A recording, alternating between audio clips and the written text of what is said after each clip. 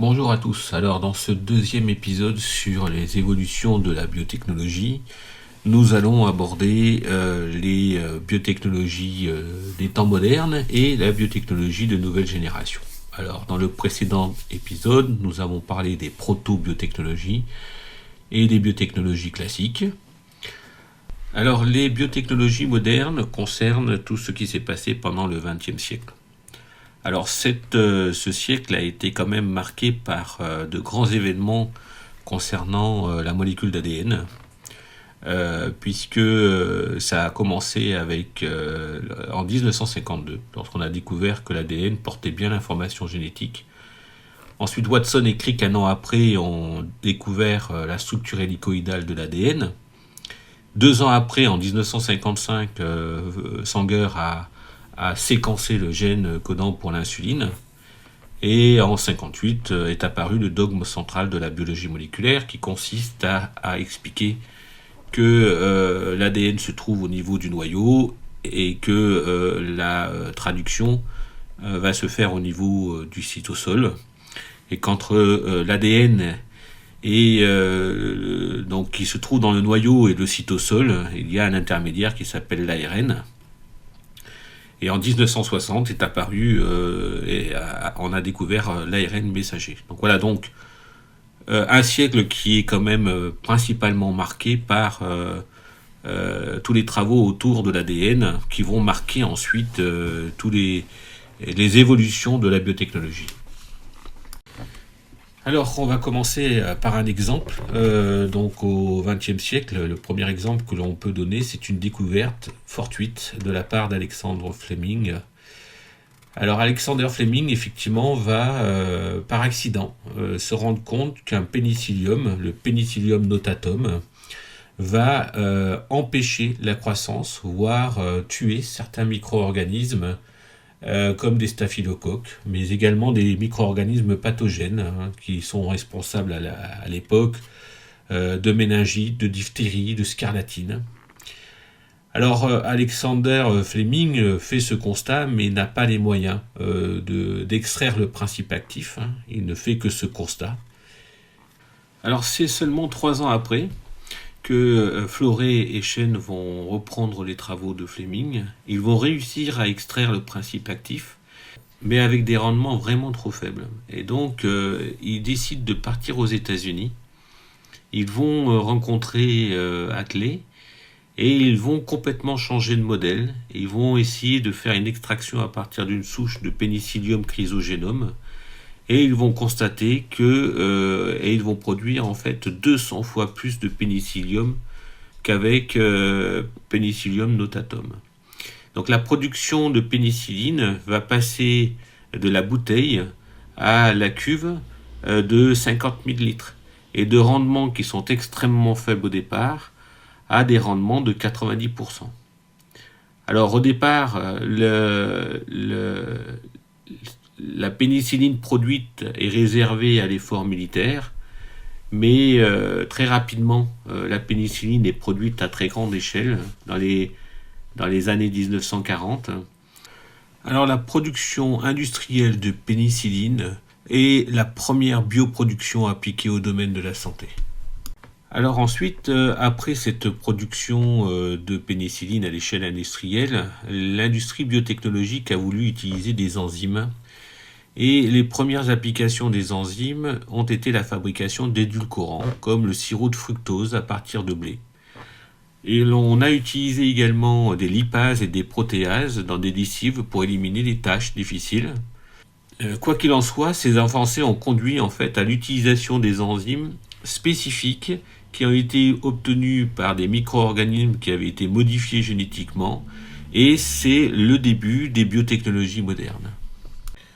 Alors parlons un petit peu des biotechnologies de nouvelle génération. Alors tout commence dans les années 1970, qui sont marquées principalement par les énormes progrès réalisés dans les connaissances sur le métabolisme cellulaire, mais également au niveau de la manipulation génétique. Et les industries se sont tournées vers la production de produits pharmaceutiques par manipulation génétique en utilisant les techniques d'ADN recombinante. et se sont mis à produire principalement de l'insuline, des anticorps monoclonaux, et l'arrivée enfin de CRISPR-Cas9.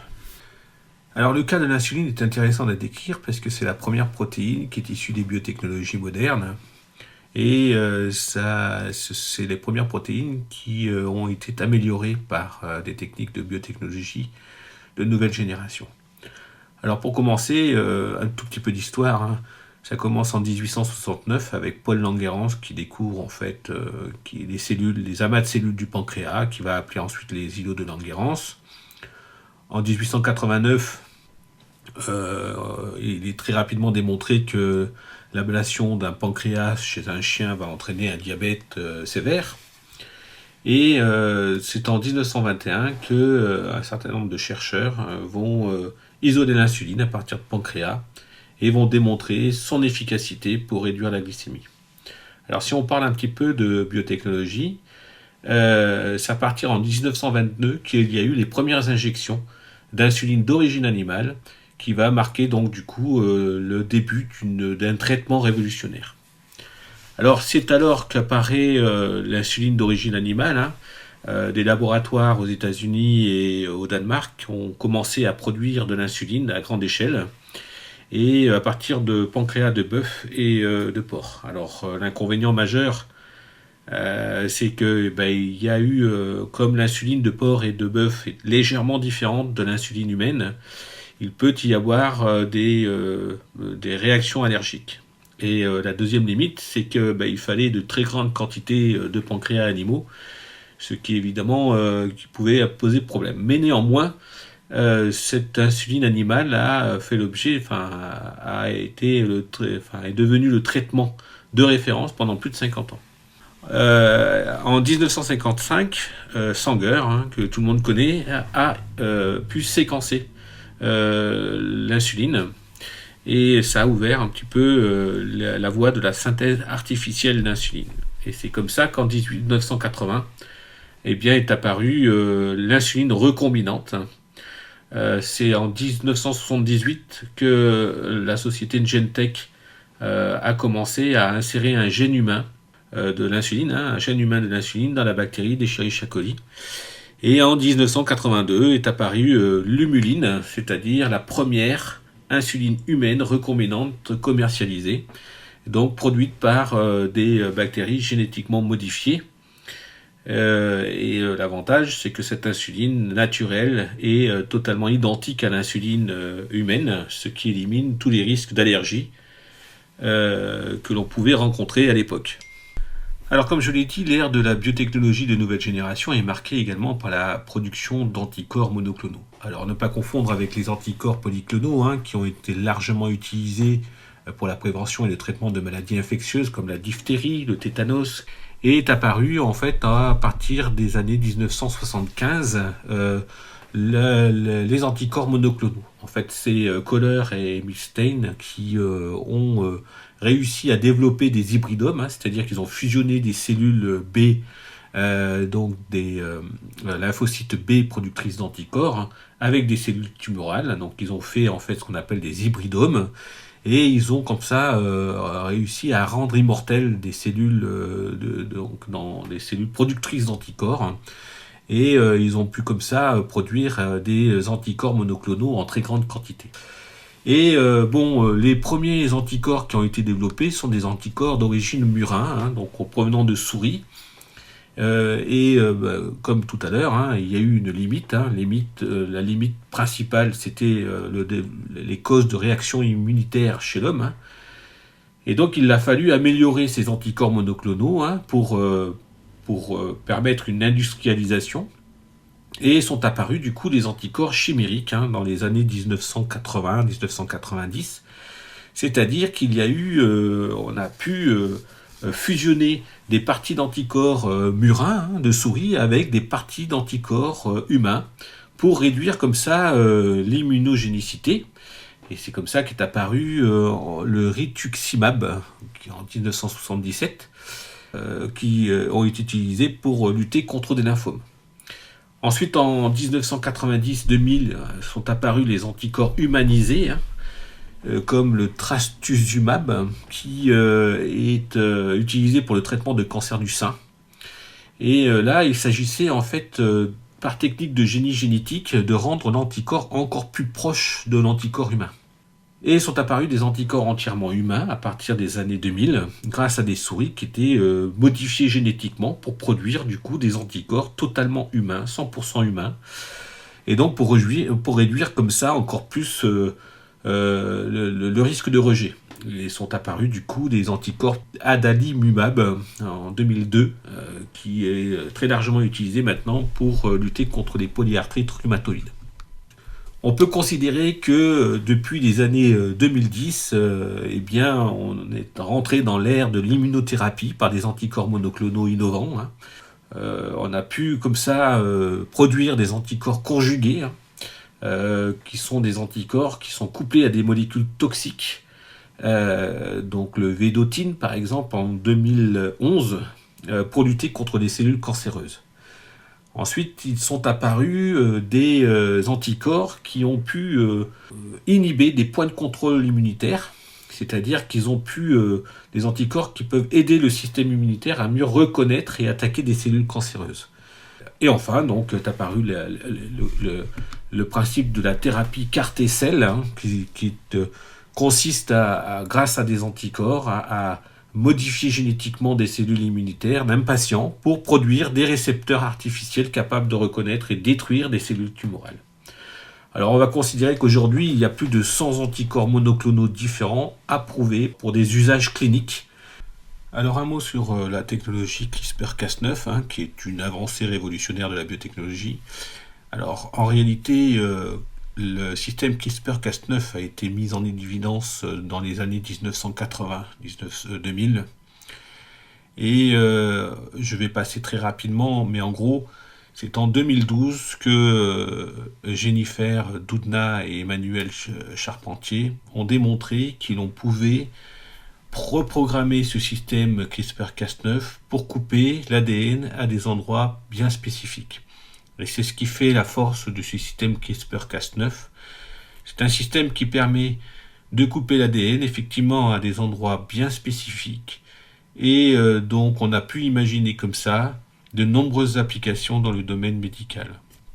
Donc les premières applications réellement de ce système remontent à 2013.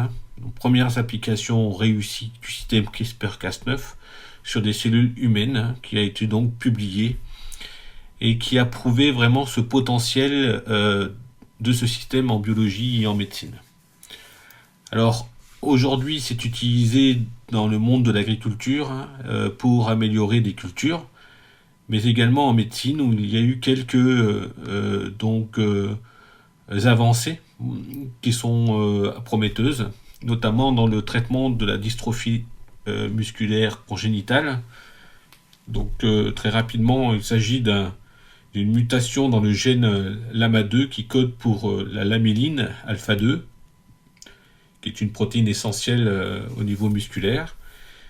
Et l'approche CRISPR-Cas9 consiste à réparer directement la mutation du gène LAMA2 dans les cellules musculaires. L'autre exemple, c'est l'utilisation de la thérapie du système CRISPR-Cas9 pour la thérapie de la myopathie de Duchenne. Donc, je vous rappelle qu'il s'agit d'une mutation du gène de la dystrophine qui est donc importante au niveau du système musculaire.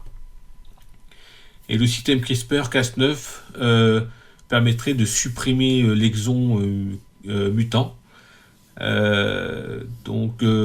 qui permettrait de produire du coup une version raccourcie mais fonctionnelle de la dystrophine, où il peut y avoir éventuellement la réparation génétique ciblée. Certaines stratégies consisteraient à rétablir la dystrophine complète et fonctionnelle à l'aide du système CRISPR-Cas9. Donc les premiers essais ont été réalisés en 2017 sur des souris. Et en 2021, il y a eu des premiers essais chez l'homme qui ont montré donc des signes relativement encourageants d'amélioration musculaire. Alors le système CRISPR-Cas9 peut en gros lutter contre des maladies génétiques. Je vous en ai donné 2 exemples, mais peut être également utilisé pour la thérapie contre le cancer en modifiant des cellules immunitaires. En gros, ça serait des cellules CAR T-cell améliorées par le système CRISPR-Cas9. On pourrait éventuellement également utiliser ce système pour le blocage de gènes qui favorisent la croissance tumorale. Donc, par exemple, bloquer les gènes P53 qui jouent un rôle essentiel dans la régulation du cycle cellulaire. Et enfin, on pourrait, troisième utilisation possible du système CRISPR-Cas9, c'est la lutte contre les infections virales, avec l'éradication éventuellement du VIH. Certains chercheurs travaillent sur l'utilisation de ce système pour supprimer définitivement le VIH du génome des cellules infectées.